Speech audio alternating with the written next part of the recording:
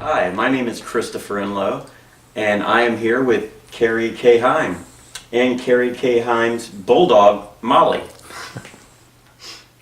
Carrie has been in a number of films, a lot of them that we love and remember from our childhood. Of course, she was in Parent Trap 2. She was also in one of my favorite films, especially favorite holiday films, which is Santa Claus the movie. I was wondering if you could give us just tell us how you got involved with Santa Claus the movie. I auditioned with probably every other actress of my age for the movie because it was produced by the makers of Superman, so it was a very big budget, very big thing to be auditioning for. I think I got the part because I hit it off with the director right away. I actually got nervous in my audition and I started crying. And I am a redhead, so when I start crying, even before there's actual tears, my face goes beet red. And he saw it and decided he'd see how long I could keep going. So he talked me through, he's like, all right, let's do that scene again, let's do that scene again.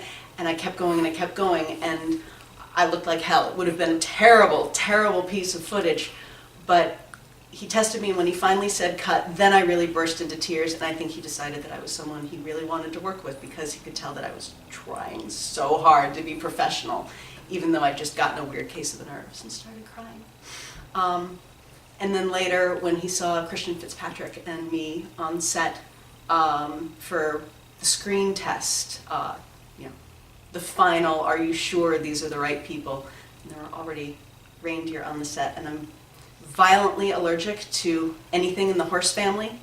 And so he saw his two potential kid actors sneaking around set trying to make sure that the little girl had her allergy medicine without anyone noticing in case it might ruin her chances on the film. And I think Jono looked at us and was like, these are my kids. They're conspiring already, they're working out great. Yeah, I need to hire this pair as a pair. Jono is the one who saw Christian and me sneaking around ineffectively, apparently, the worst liars to children. And what are we hiding? We are not hiding allergy medicine for one of the actresses on this film. But yeah, so Jono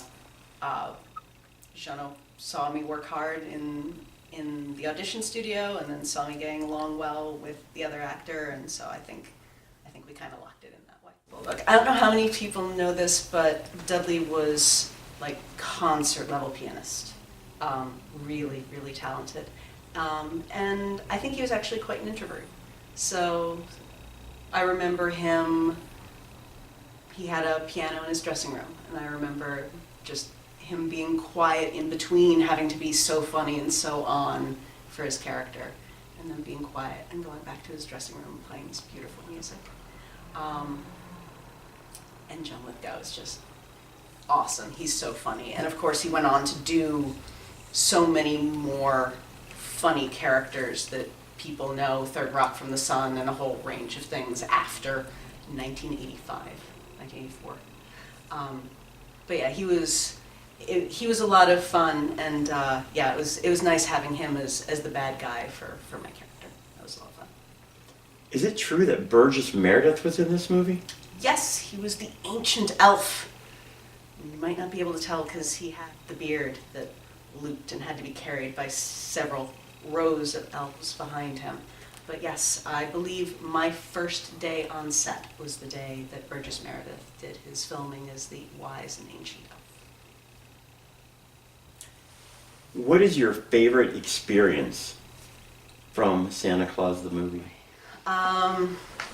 Well, it was filmed in Pinewood Studios. They were filming a James Bond at the same time. And then I was on the set where all these incredible films were being made, and I think it was A View to a Kill was being made at the time, so I got to meet Roger Moore in the cafeteria. And It was just a good time, and I spent almost 2 solid months of filming in the sleigh with Santa. So, with the animatronic reindeer, and when they would start the cameras, they would say, you know, are the lights ready? Yes. Are the actors ready? Yes. Are the reindeer ready? And the animatronic reindeer would go. And that's how we knew it was time to film. What is the date, in fact, of Christmas 2? March 25th, 3 months later. And do you still celebrate this? Yes, my family and I do in fact still place the Happy Christmas 2 phone call on March 25th every year. We keep meaning to throw a big party, but we're not organized enough. So. I might have to throw that party. I'll let y'all come. know. I'll come. I'll let you know. Well, obviously, as I had said, Santa Claus the movie is one of my favorite holiday movies. I must have seen that movie 100,000 times when I was a child. My brother is going to see this interview and be like, I can't believe you sat there with her. What are your favorite holiday movies? Oh, I grew up on A Christmas Story, and Peter Billingsley and I actually met when we were both acting. We used to swim at the same pool in New York. So that was always one of my favorites. And then I'm like a deep classic animated The Grinch Who Stole Christmas fan. It's all about Max. It's all about the little dog. So. I'm sure we can find some sleigh bells and put them on Molly. She would not appreciate it. Don't interrupt the nap. Don't interrupt the nap for costumes. She's not into it. Well, thank you very, very much for allowing me to ask you these questions. You've been an absolute dream to interview. It's been a lot of fun. It was a pleasure. Thank you. Thank you. And I just have to say that this is the producer, the executive producer of the Legacy of the Parent Trap, who's recording. And I wanted to ask you, Carrie, that it really shows that the people involved with your test and everything for Santa Claus the movie, that they believed greatly in you. And at the end result, then you got the part.